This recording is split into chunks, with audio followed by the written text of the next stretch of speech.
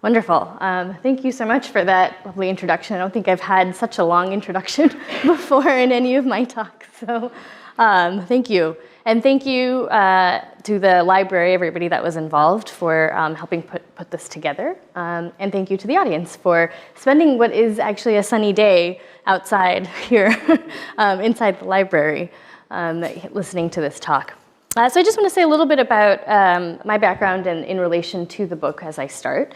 So as mentioned, I did my PhD at Emory University, and this interest in women in peacekeeping actually started immediately. So during my first year of grad school, actually the summer after, I went to Liberia for the first time on a field research trip, and that began kind of this long relationship with the UN mission in Liberia.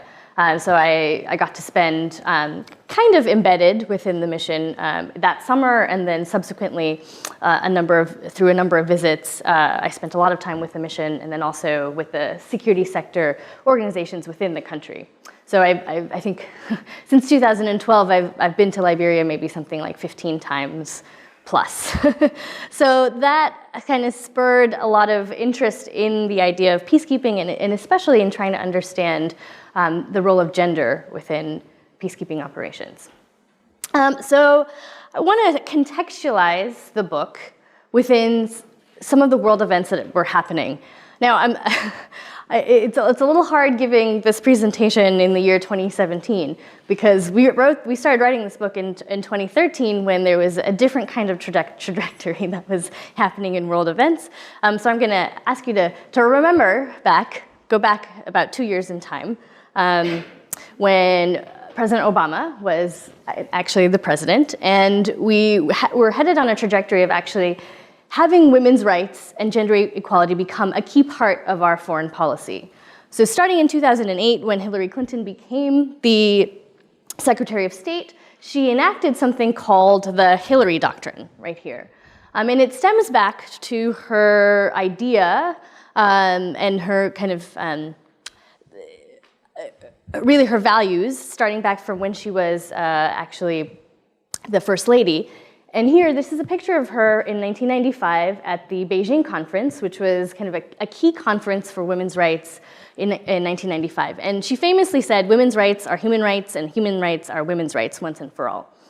This is the cornerstone of what she took to her when she became Secretary of State, and basically made this issue of women's rights and gender equality into a national security issue. It became a key part of American foreign policy during her tenure, as she thought that the subjugation of women is a direct threat to security, right? And she lived it, right? There's a doctrine that is actually named after her that embodies this idea. So under her tenure in the State Department, we saw the highest number of female ambassadors. We saw a key presidential appointment within the White House specifically for promoting gender equality and women's rights. So it was housed within the White House. That's never happened before. And everywhere she visited, she made this speech, essentially, about the fact that women's rights is important for national security and for international security. So we saw this trend. We've seen this trend of women's rights and gender equality coming into foreign policy in the US, and we've seen it in Sweden. So in 2014, Sweden, with their new prime minister, decided that they were going to implement a feminist foreign policy. Now, this immediately hit all the headlines, as it's the first country that's ever initiated a feminist foreign policy. But Margaret Wallström, who was a senior figure in the United Nations, she did a lot of work on sexual and gender-based violence at the time. When she was in the United Nations, she became the new foreign minister and has started to implement this policy of a feminist foreign policy. In addition to the US and Sweden, we've also seen countries like Canada and the UK also involve or incorporate women's rights and gender equality into their foreign policies as well. They don't quite have a feminist foreign policy, but they've definitely included these ideas much more thoroughly into their foreign policies. So we have a series of countries that are moving in this direction of gender equality and women's rights in foreign policy. given that, the United Nations, though, has kind of a comparative advantage in this. So before the US, before Sweden, before the UK, before Canada started to kind of think about this new foreign policy, the UN was thinking about this starting from 2000. They passed in 2000 UN Security Council Resolution 1325.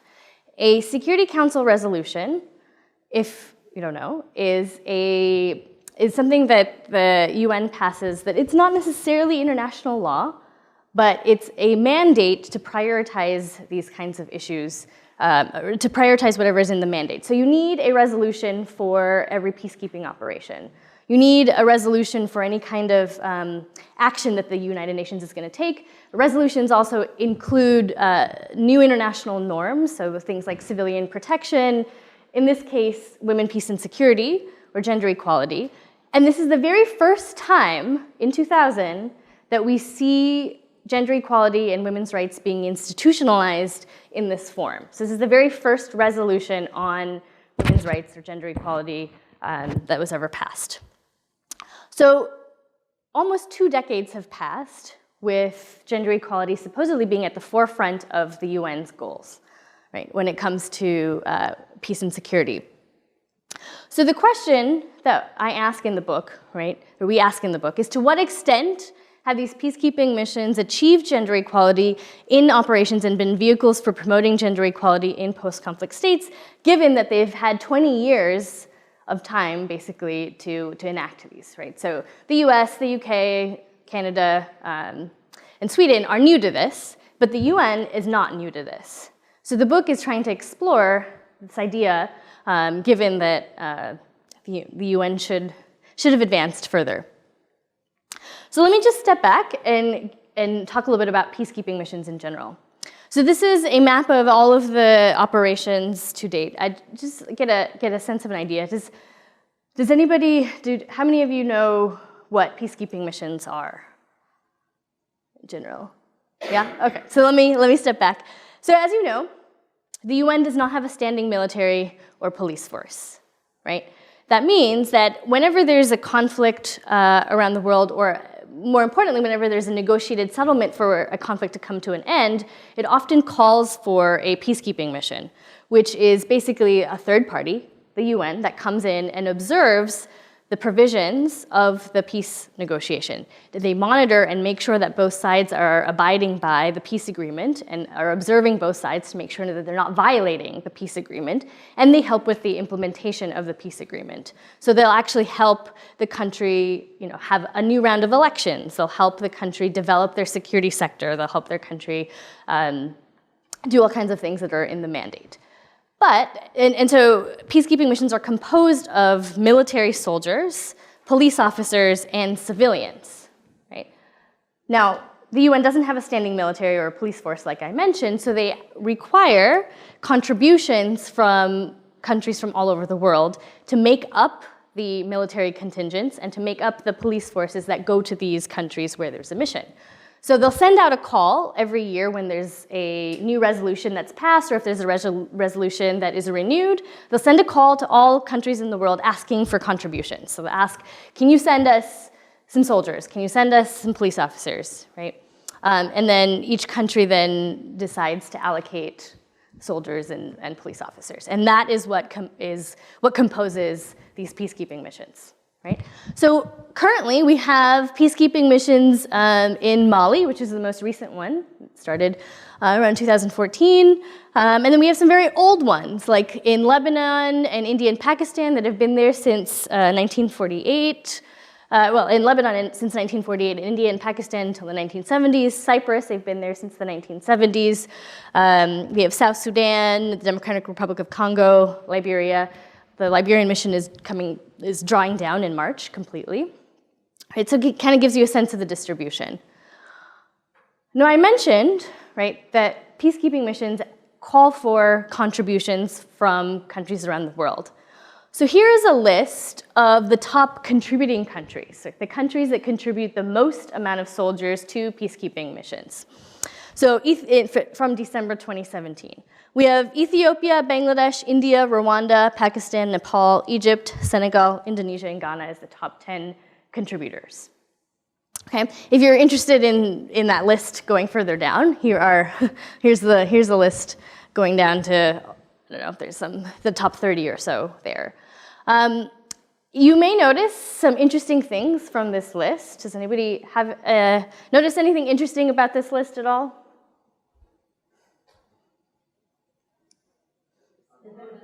They're all developing countries, exactly. And there's a reason for that. The reason is because the UN actually is paying these countries for each soldier's head, essentially. And so these countries that don't pay their soldiers that much money are actually profiting from the amount of money that the UN is giving them, because it's a lot more than how much they would be paying their soldiers, if that makes sense. So there's an incentive for poorer countries to send more troops because they're profiting from it because of the discrepancy in how much they're getting from the UN and how much their soldiers are getting paid. Okay, so that's peacekeeping 101. But the question at hand here, right, is how does 1325, or gender equality, this UN resolution, fit into peacekeeping? How has it improved peacekeeping with respect to gender equality? And here in the book, we look at three areas where there might have been some success, or three areas where there might have been some improvement. So the first area is that women's participation. We see an increase in the number of female peacekeepers. I'll show you that. We see a move towards protection against sexual violence. And we see some efforts to try to prevent sexual exploitation and abuse by peacekeepers themselves of the host country. So we're gonna delve into each of these. So the first thing we did is take the data that the UN provides on female peacekeepers to look at participation rates. And here in the light gray are troop contingents, or soldiers, the number of soldiers, the proportion of soldiers over time. And then in the dark gray are the proportion of police officers. And you can see that, for the military, it's stayed at relatively around 3% or so, whereas there's been a jump for the number of female police officers that have been sent. This is maybe a little bit of a better graph, shows you a little bit more time of the military, so we do see an increase. I should mention that the previous Secretary General, Ban Ki-moon, had set a goal for 10% females in the military, right, and 20% in the police. We are not anywhere close to meeting that. Right, so we're maybe at 5% for military, and somewhere around 10 to 15% for the police. So we're not close to meeting these goals yet.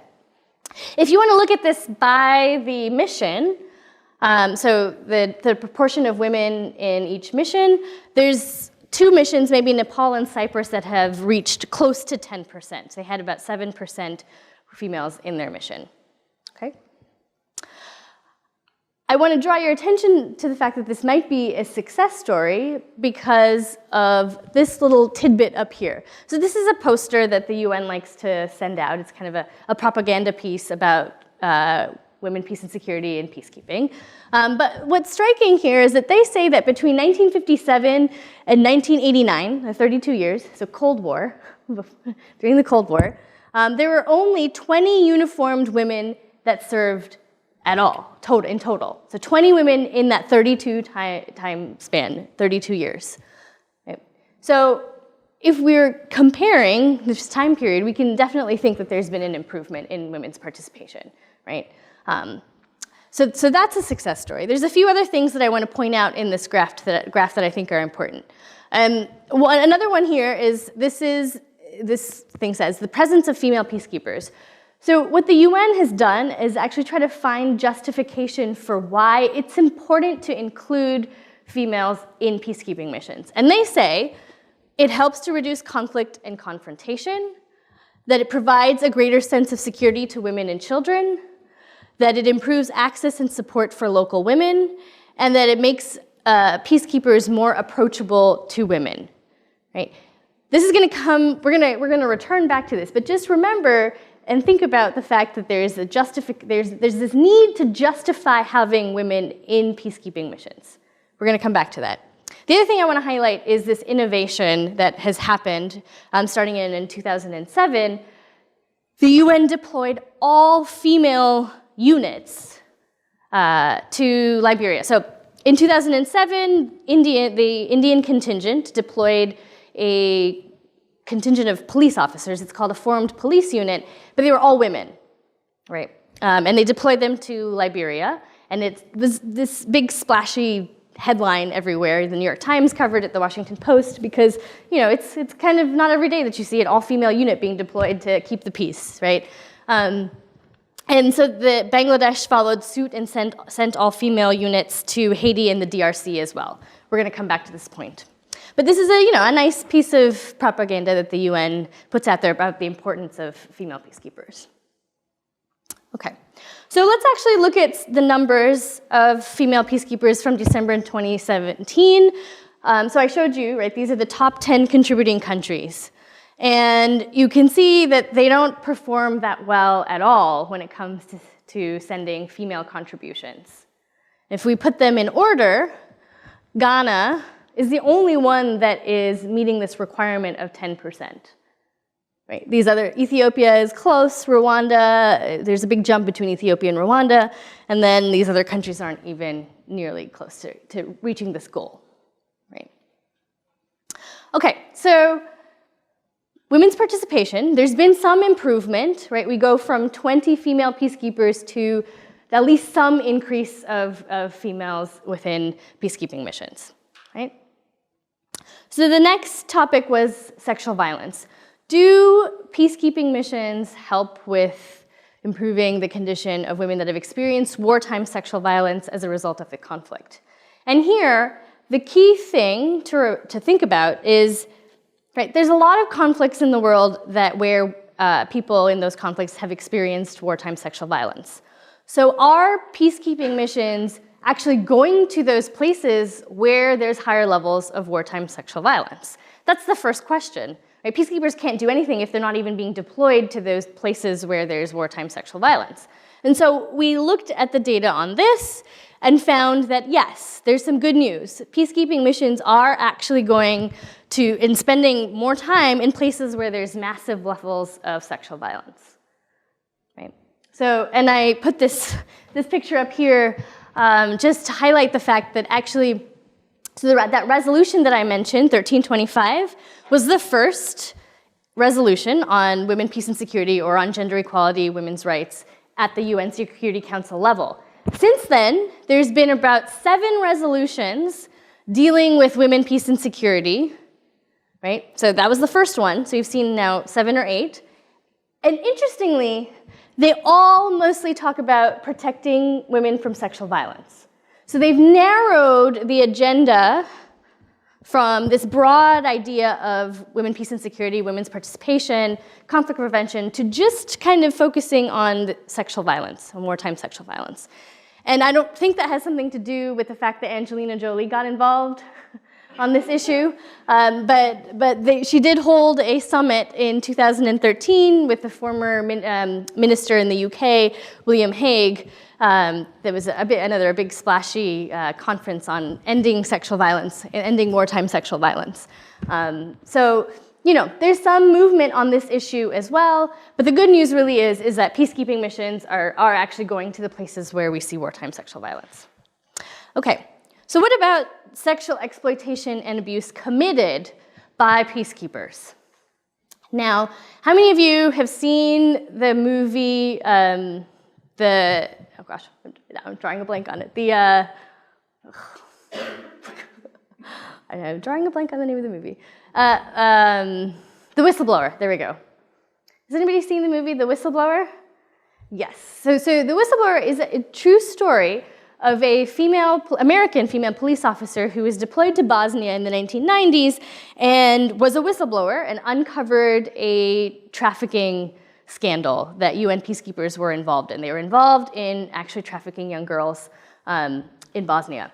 And this obviously exploded, but it didn't explode enough for the UN to do anything about it. So this was in the 1990s.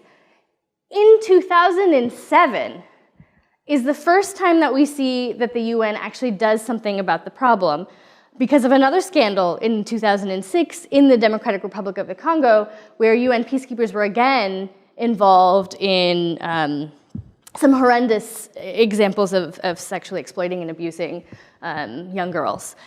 But in 2007, finally, the UN creates a conduct and discipline unit, and they start collecting data on this. So before that, there's no record of the number of allegations made to UN peacekeeping missions on this issue. And it is only until 2007 that we get a unit for this problem, and we get actual data and some idea of the numbers of reports against peacekeepers, right? And then they adopt this zero tolerance policy that gets put into every single peacekeeping mandate. Okay, so some improvement. Again, we have increased levels of women's participation. We know that peacekeepers are going to places where there's wartime sexual violence, and we now have some institutionalization of accountability. The book, however, delves into the existing problems, the remaining problems that peacekeeping missions are plagued with that prevent the peacekeeping missions from reaching their full potential in promoting gender equality. So discrimination, something that we call a gendered protection norm, and then this continued violence. So I'm going to talk about those now. Okay. So discrimination. So I mentioned, right, that in 2007, the Indian contingent sent a battalion of all-female police officers. This is former President Ellen Johnson Sirleaf greeting them. And this is one of the many glossy pictures that we see kind of come up during this time period, 2007, 2008, 2009, 2010, as there's a lot of interest in this unit, right? A lot of interest in the news. And so what I want to highlight is the way that the UN and that the news agencies and some academics actually talk about these all-female formed police units, because that's what's important here. So let me tell you, first of all, what the role is supposed to be of the formed police units, right? So a formed police unit is basically a contingent. So if you think of a military contingent, there's about 150 people in a battalion. It's the same for police. So you have 150 police officers, and their essential function is to provide security. So they are there to man or staff and protect key sites within the country, and they're called for backup, right? And in fact, this contingent of all females was actually a big part of Ellen Johnson Sirleaf's protection unit in general.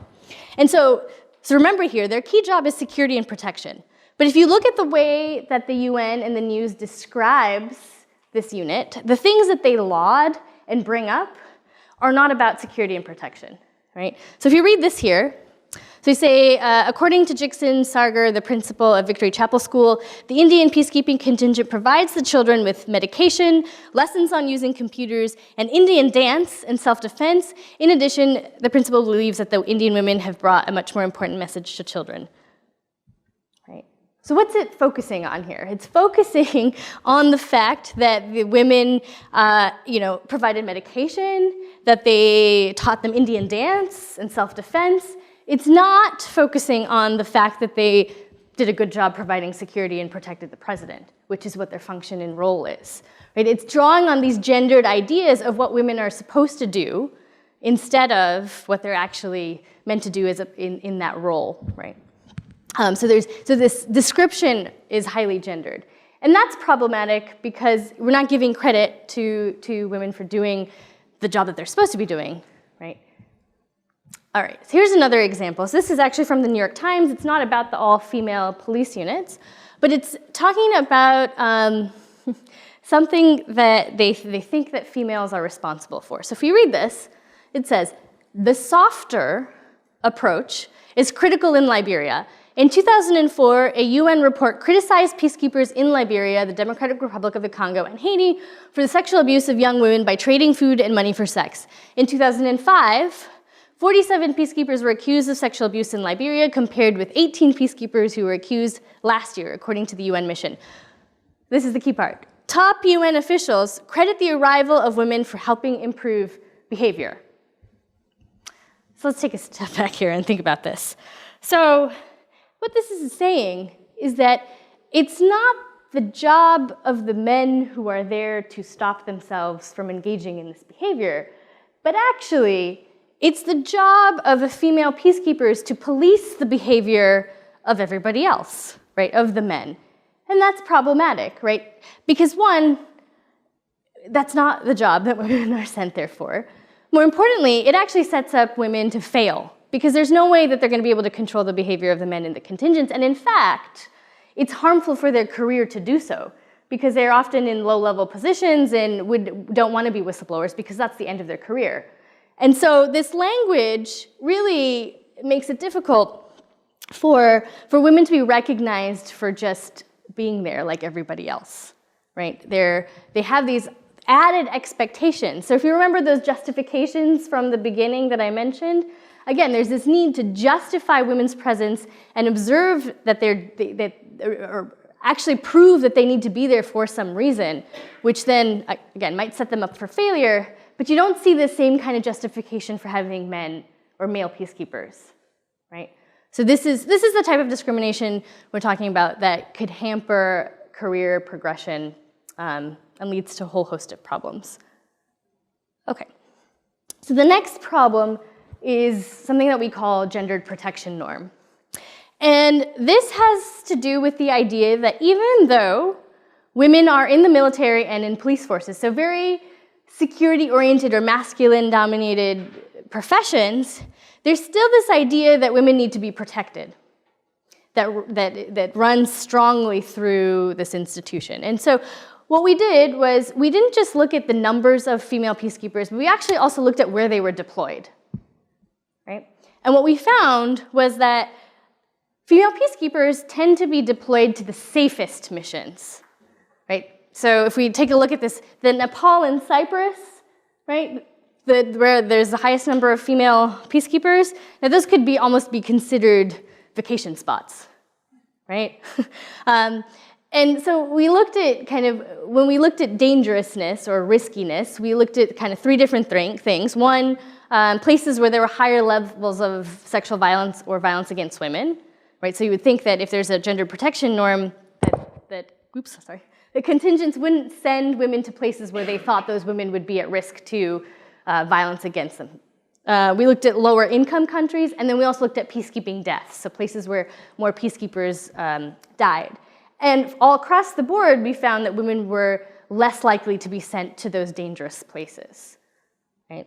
So, and not only did we find this statistically looking at the data, but we actually got confirmation of this point from when we interviewed the decision makers of who's making decisions about the allocation and distribution. So here's a quote from a group captain in the Bangladeshi Air Force that we spoke to. He's somebody that actually makes these decisions in Bangladesh. And so he says, although officially risk factors are not taken into consideration while selecting female officers in mission areas, but till today, female officers are deployed with contingent only where other officers and soldiers reside in a secure camped area. They remain as a team. Female officers have not yet been deployed as military observers where they are generally unarmed and remain alone in a remote area just to observe and report the hostile activities, if any.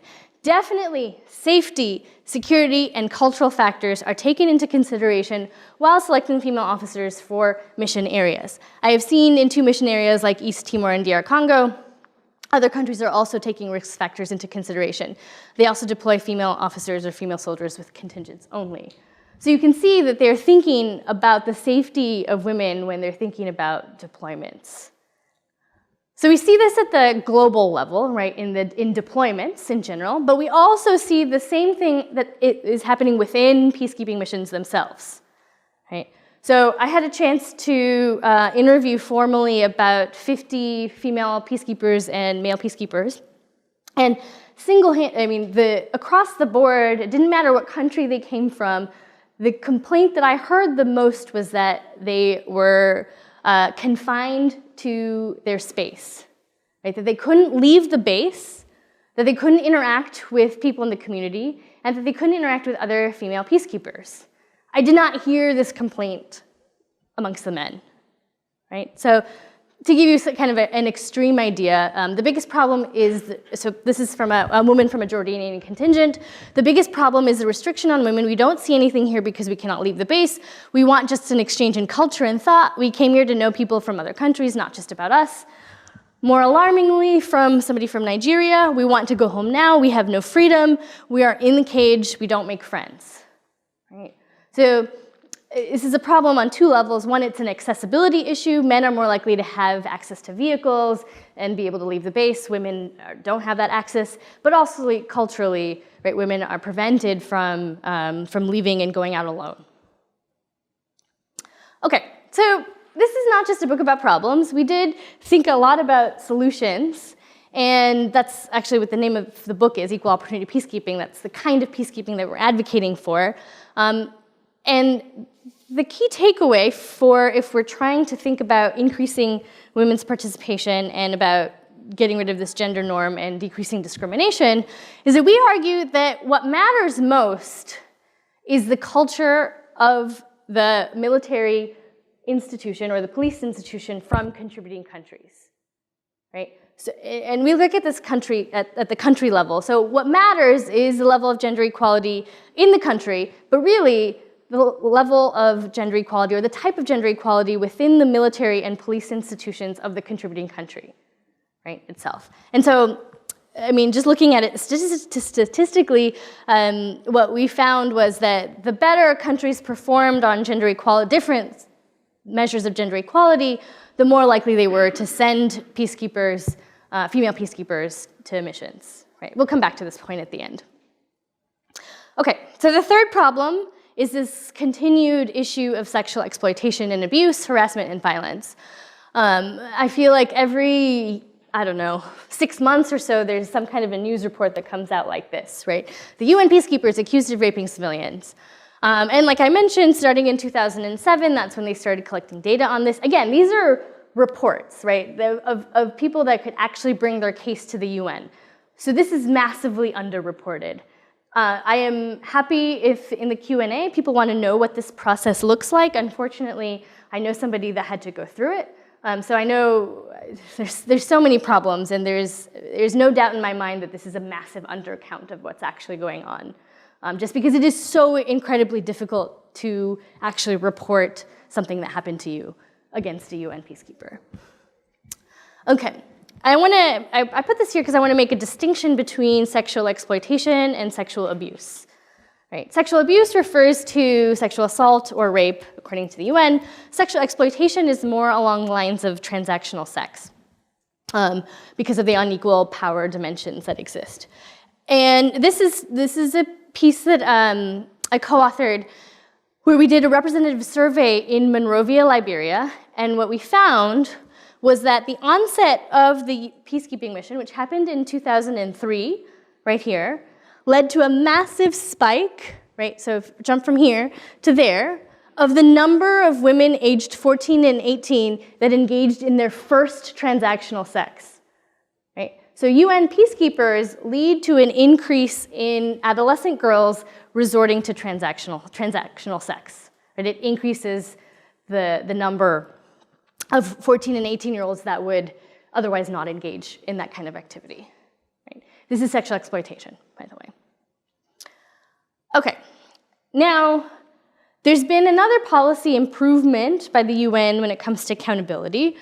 In 2015, they started actually making transparent the countries from which reports come from, right? So who are the soldiers that are in these incident reports? And this is not proportional. This is in absolute terms.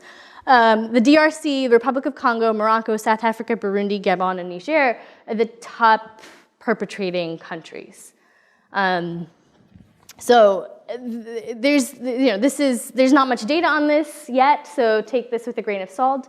But unfortunately, it took, again, another 7 years or so for the UN to take this next step of actually naming and shaming countries. And another important thing to point out is that there's a difference between military, police, and civilians, right? So we only look at military and police because there's only data for military and police. And the military has a higher rate of incident reports, and the police actually do the best. But here's what's interesting. In 2015, there was a review on peacekeeping. So there was a big report that came out of the UN that did a kind of a review of all things peacekeeping. And they found that actually civilians have the highest rate of perpetrating sexual exploitation and abuse.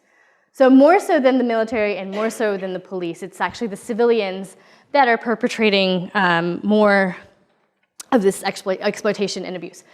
But there's no data, right? This is not transparent. That part is not transparent. Civilians working with yes, that's right. And that actually makes a lot of sense because they have the most access to the population and the most freedom, right? The military is very confined into particular spaces, and they have a hierarchy that they're supposed to abide by, the same with the police, and so it would make sense that the civilians have more access to the population, right? Okay, again, we look at this idea, right, of the importance of gender equality or gender social norms in the contributing countries and the contributing countries' military and police, and find something similar that, again, when you have a mission, right, if we take one mission and we put in all of the countries, those missions where those countries perform better on gender equality, there are fewer allegations of sexual exploitation and abuse, right? So there's, again, support for this idea that it's gender social norms within the organization of the militaries and police that are there that matter. And that's actually the last point in the last slide where I want to talk a little bit about what that means, right? So what does it mean when I say that the solution is gender equality within these organizations? We argue, right, that to make a difference and to do a little bit better on these three problems that I mentioned, what we need to focus on is changing mission and contributing country culture, organizational culture within the military and police. And so how might we do that? One of the key points is to think about leadership. So the police and the military are both hierarchical institutions, right? Which means that leadership matters quite a bit. What leaders do has a trickle-down effect. That means that we should pick leaders that actually value gender norms and gender equality. And there's a way to do that. So in peacekeeping missions, you have a police commissioner who's in charge of the police, a force commander who's in charge of the military, and a assistant secretary, SRSG, who's the special representative to the Secretary General, who's the civilian head of the mission. Those are all appointed positions, which means that you have to have some kind of qualification to actually be eligible to be in one of these leadership positions. So what if, in addition to things like rank and years of experience, technical skills, degree, that we actually made gender equality an important requirement or a standard for recruiting these leaders, right? It's not a revolutionary thing to do. It's actually kind of a very small change that could have a profound impact. So things like implicit bias tests or people's record on how well they've promoted women or taken these issues seriously. There's all the kinds of indicators that could be used as a requirement for these positions as well, right? So leadership, we could do that for leadership, but we could also do that for recruitment into peacekeeping themselves. So military observers and police and civilians all are appointed, basically, or not appointed, but you have to go through an application process, which means that, again, there's room for putting recruitment or standards for recruitment into those applications, right? So we could, again, make this another requirement. So some of the requirements that you need are to have 3 years, 5 to 7 years in police or military, to have a particular rank, to be able to drive a stick shift, to be able to use a computer, right? Those are important, but so is this. So why not include this as another standard for recruitment as well? Okay, promotion and demotion. So what happens usually when a peacekeeper violates sexual exploitation and abuse and the media finds out about it is that they get sent home. There's never been a single prosecution against somebody who has, against a peacekeeper who has engaged in this behavior. The worst thing that happens to them is that they get sent home, which is a big deal because, again, they're getting paid quite a bit of money. But there's other ways that, so that's the extreme case. But if we're talking about smaller infractions, there are still ways to kind of punish people and discipline people within the peacekeeping mission. So they get reappointed every year. So they go up for a reappointment process every year. So maybe they don't get reappointed. Or maybe they don't get placed in the position that they want to get placed in. So there's all kinds of jobs that you have to do on a mission, and everybody's vying for the top jobs in the city. So maybe they don't get those jobs. So there's all kinds of sticks that could be used on a small scale that punish behavior. It's just a matter, though, of thinking that the bad behavior, even small infractions, are significant enough to warrant any kind of punishment, right? In terms of promotion, so there's the sticks and the carrots, every contingent, when they leave, undergoes a medal ceremony. So it's this big kind of ceremony where the SRSG comes and gives medals to people that have earned them. So that's another point. I mean, medals are a big deal in police and military organizations, right? So this is another point where people that have performed well and promoted gender equality in the mission, there's all kinds of ways that you could look at how that's done. Those people could also be recognized and promoted as well, or given a medal. Role models, networks, and mentors. I don't think that peacekeeping missions are the only organization where there's an old boys club, right? But unfortunately, a lot of promotions and a lot of things do happen in the same way through networks and after-hour drinks, etc. So the importance of having role models, female role models, and networks and mentors is particularly important in peacekeeping missions as well, so that women know about opportunities. And so I just give you a small anecdote about this. So I had the opportunity to attend, there's a annual conference for police women around the world every year. So you have police women that come to this conference every year. I happened to be able to attend one in Barcelona in 2016.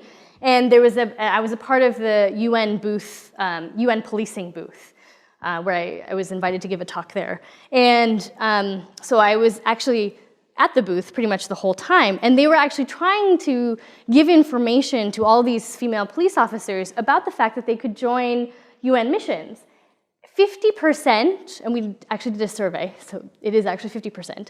50% of the women who were there did not know about the fact that they could join a peacekeeping mission, right? So the UN likes to say that the reason that we don't see higher numbers is because there are no women in military or police institutions. Well, that's not the case here, right? It's actually that fact that this information is not being transmitted down, perhaps because there are barriers to this information because women are not in the right networks, et cetera. Okay, and training and professionalism. How many hours of training do you think that peacekeepers get on these issues? Or days? Anything? 0? It's not 0, thankfully. 3 hours. So they have a week-long training. Actually, it's like 2 weeks, but a week long in the classroom of on-the-ground training when they arrive. And there's one module dedicated to everything that I just talked about, and it's about 2 or 3 hours long. So that's about it. And it's usually done by the Gender Affairs Advisor, which is a civilian position in peacekeeping missions. This is not maybe somebody that police officers and soldiers are going to respect, right? So if we're going to talk about the importance of these issues, especially the last one, right, sexual exploitation and abuse, it needs to be done by somebody that they respect. It needs to be somebody with rank and in a higher leadership position so that there will be this trickle-down effect and they'll take these issues seriously, right? Okay, so if I were to kind of summarize everything for you, what I would say is, we started out by looking at the positive trends. And there definitely has been positive trends when it comes to gender equality within UN missions and outside of UN missions. But there's still a lot that's left. And this is, if we don't actually start to fix some of these problems, it's problematic because it means that peacekeeping missions are inefficient, because they're not fully utilizing everybody that's in the mission, right? So women are not reaching their full potential and actually engaging in the activities that they want to. So if they're restricted from movement and not able to actually engage with the community, that is a big part of what the UN thinks that they're supposed to do, and they don't even have access to the population, right? So it makes the peacekeeping mission inefficient in actually achieving its goals. More importantly, I think it's important to highlight that everything that I've mentioned here is not unique to peacekeeping missions, right? It's an organizational argument that we make in the book. So one could take everything I just talked about and apply it to any kind of institution, and we'd see the same kind of problems. But I think it's particularly acute to think about it in this context because peacekeeping missions are essentially responsible for state-building activities, right? So when a war ends and the peacekeeping mission enters, that entity is helping to rebuild the institutions of that country. So they leave a legacy. And what's that legacy going to look like if there are still problems? And so actually the last chapter of the book, we look at whether or not everything, the positive and the negative that I just talked about, whether that actually transfers onto the Liberian case. What kind of legacy are peacekeeping missions leaving if they're the architects, essentially, of a lot of the institutions? And so I think that these issues are particularly important to think about in that kind of a context. So, thank you.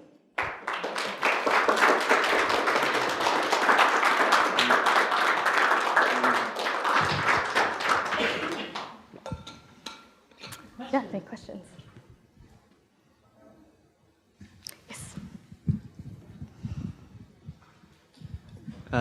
Thank you so much, Professor Sabrina, for the presentation.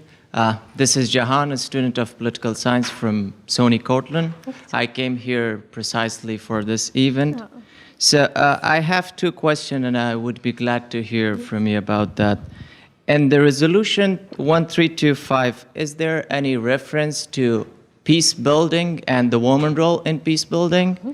And my second question is a bit off the topic, but I hope you would talk about that. How challenging it can be to engage women in the peace-building process, especially in post-conflict states.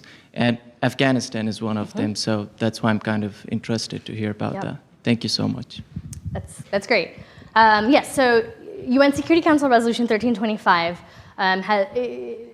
focuses on 3 points. One is women's participation, and that's women's participation in all parts of from the conflict ending into the reconstruction period. So everything from including women as mediators, to including women at the peace talks, to including women in peacekeeping missions, to including women in politics, right? So this whole trajectory, right? So participation.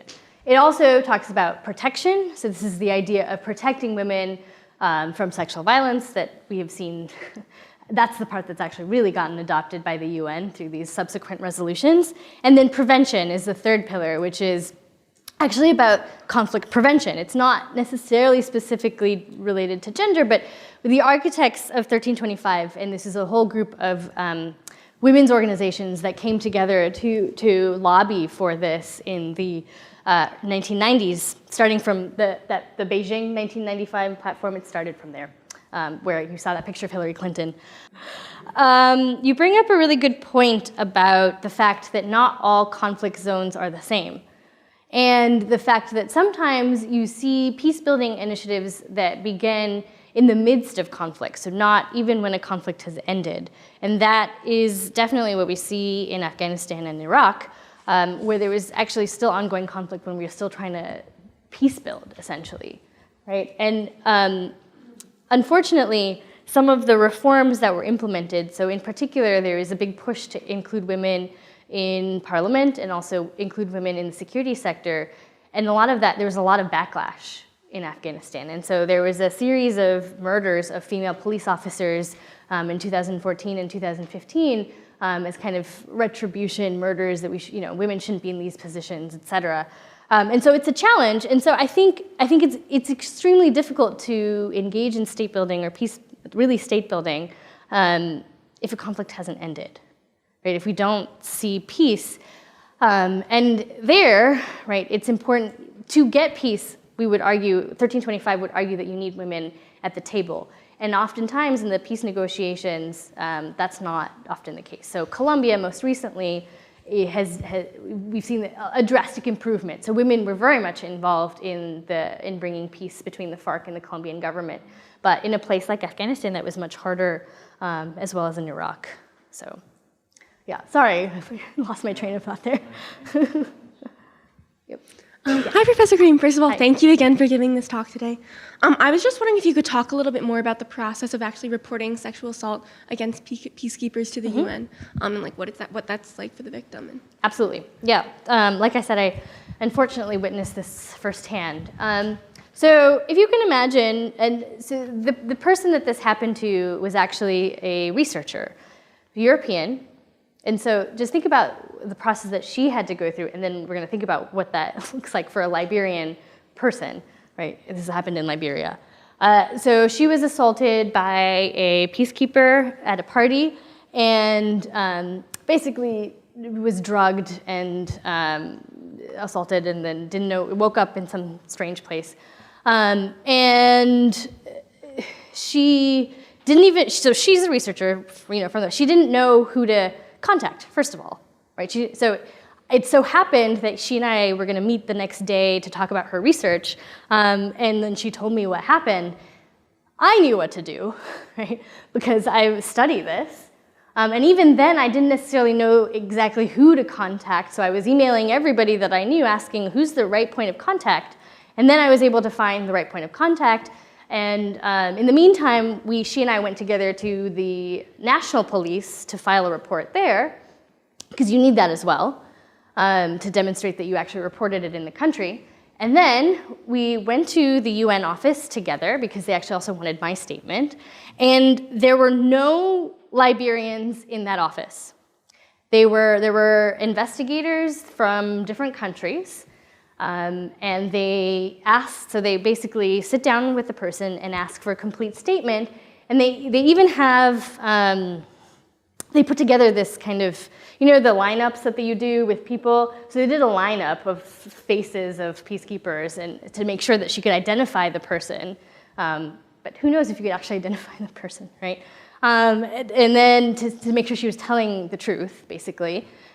So that was the first time, but she ended up having to go back 3 or 4 times to give different parts of the testimony over and over again to 2 investigators who were European. Actually, one was American, one was European.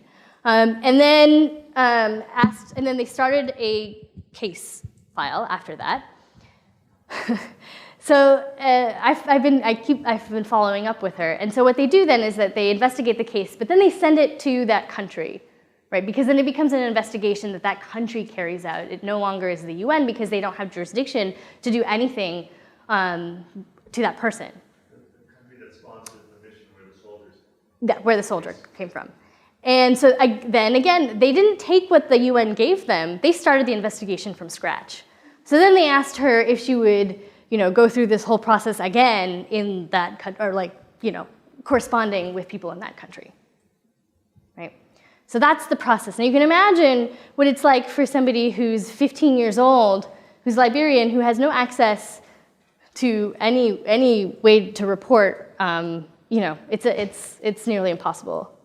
And so the only way that I think we see these allegations is if somehow somebody who has power, right, is affiliated somehow with this person who with something happened, and they can chaperone them around basically and help them out.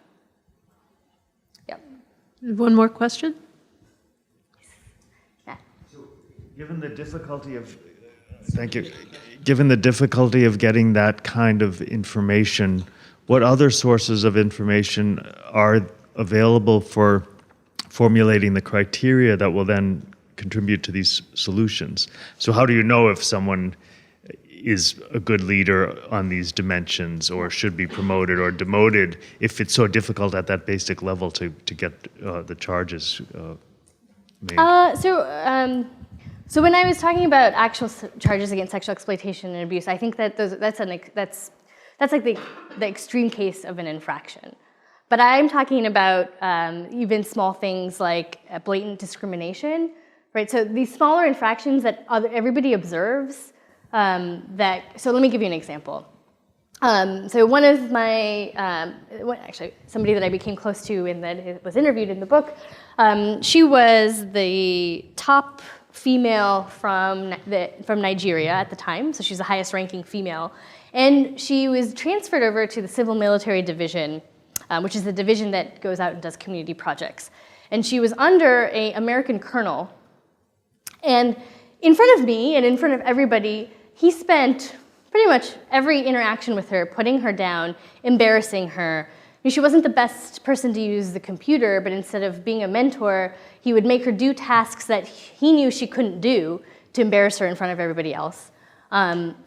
So that kind of infraction, I think, should also be punished because you're creating, it's all contributing to the same culture, right? And so in my mind, that colonel should be sent home or at least demoted or put into a different, in a lesser position, which then demonstrates that none of that, not even that kind of behavior should be tolerated because it's contributing to this culture.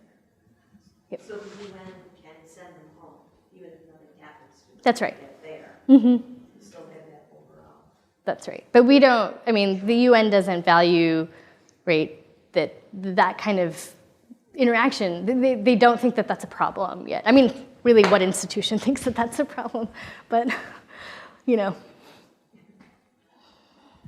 Please join me in thanking Professor Karim, and we can continue the conversations informally. Thank you. Thank you.